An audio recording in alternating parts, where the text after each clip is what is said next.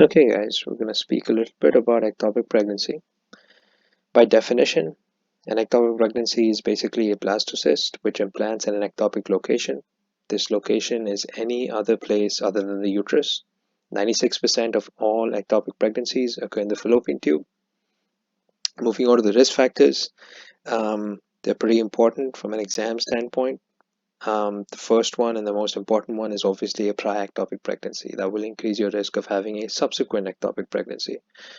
I've grouped these risk factors based on the pathogenesis of the risk factors. So if you remember how um, a certain risk factor is implicated to cause ectopic pregnancy, you can basically understand and remember the risk factors themselves. So sexually transmitted infections, pelvic inflammatory disease, prior fallopian or pelvic surgeries, they all will increase the risk of adhesion formation and scar formation within the uterus.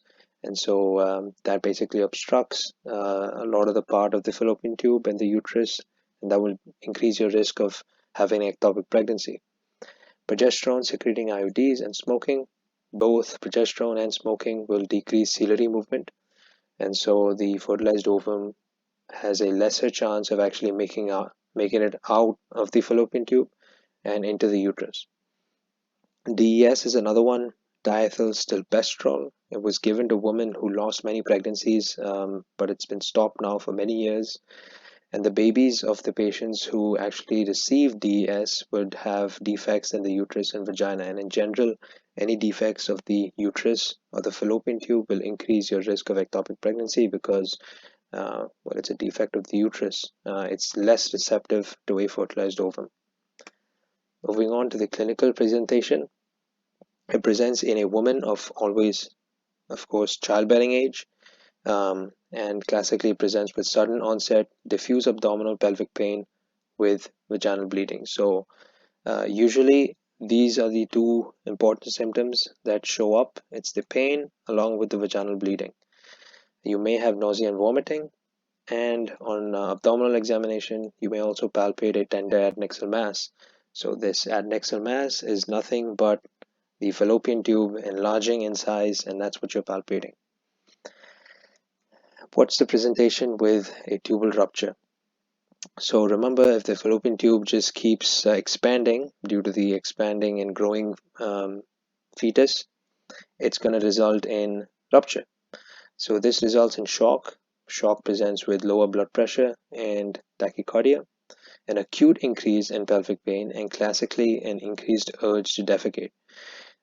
Why is this? It's because blood will pool from the rupture in the posterior cul-de-sac, which will increase rectal pressure. So this is the ovary right here. This is the fallopian tube. So say the fallopian tube ruptures, you have a lot of blood that will start pooling within the posterior cul-de-sac, which is this location here. And this will then put pressure on the rectum, which is right here, and that will increase the patient's urge to defecate. Moving on to the diagnosis, a beta-HCG pregnancy test is the initial step of choice in suspected ectopic pregnancy. In general, any woman of childbearing age, if they have low abdominal pain along with vaginal bleeding, you're supposed to do a beta-HCG pregnancy test. And so, if in this case, the beta-HCG pregnancy test will definitely be positive.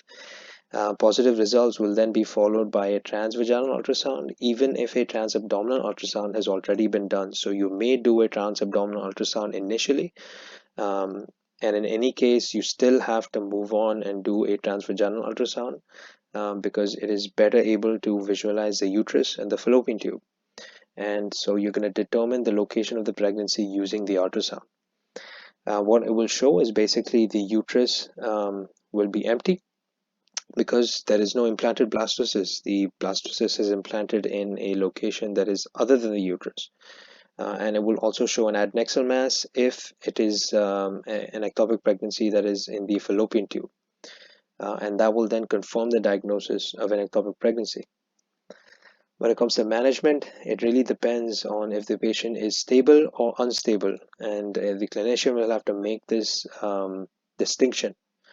So what are some of the criteria for a stable patient is on the ultrasound, if there's a less than 3 centimeter swelling in the fallopian tube, or if there is a lower beta HCG titer. So this is if the beta HCG, you get a quantitative beta HCG titer, and if it's lower than normal, and or if you have normal vital signs, that is, she does not have lower blood pressure and tachycardia, if she's not in shock, the management of choice is methotrexate. So methotrexate is a folate antagonist, and it's basically gonna decrease the growth of the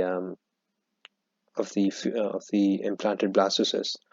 If it's unstable, the criteria here is if there are abnormal vitals, if she's hypotensive, tachycardic, or if there is a ruptured fallopian tube, that will then require surgery.